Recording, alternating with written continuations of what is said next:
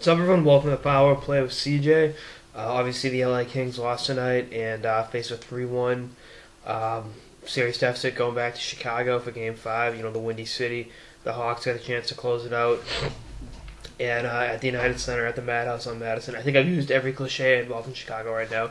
Windy City, Chi-Town, Madhouse on Madison. I digress though, but and LA had the game. They really shouldn't have given me tonight on home ice without Chicago's best defenseman, obviously Duncan Keith being suspended, and John Quick looked human, which it's really tough. But it's tough to win when your goalie, in the backbone of your team isn't up to the standard. He doesn't play to the standard he's capable of, and the team is accustomed to. But at the same time, you can't have 2 shots on goal in the third period and expect to win a hockey game. I tweeted it, not in the playoffs, not ever. I think there was no pressure there. Chicago outplayed them. Chicago got the game-winning goal early in the third period, and then kept the puck moving. Chicago didn't sit back. They pushed the puck. They kept the clock moving. They created chances themselves and actually had some pretty good scoring chances. The save Quick made on Kane was amazing. But in fairness to Quick, they kept him in the third period.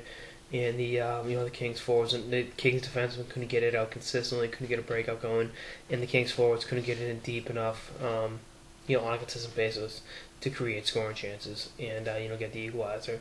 And I think that's what it was. And I think when you have a hard time creating scoring chances with one of the best defensemen in the league not playing, how can you expect to win games when said defenseman is back, especially at a really hostile environment like the United Center?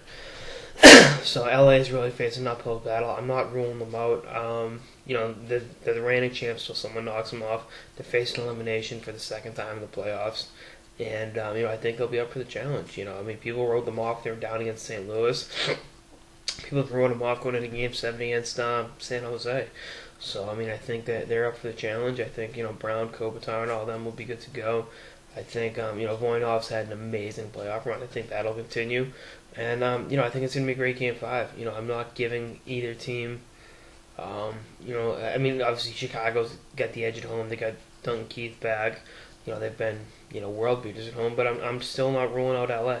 If they can win in Chicago, it's back in Los Angeles for Game 6. And then Game 7, anything can happen.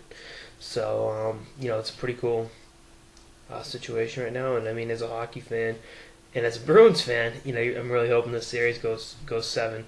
But it's gonna be a tough challenge for LA to come back. But don't sleep on this team. They still got some fight in them. They're not dead yet. Anyway, that's our next episode of the Power Play with CJ on the LA Kings facing elimination Game 5 in Chicago. Stay tuned for more episodes throughout the playoffs and beyond. Later, guys.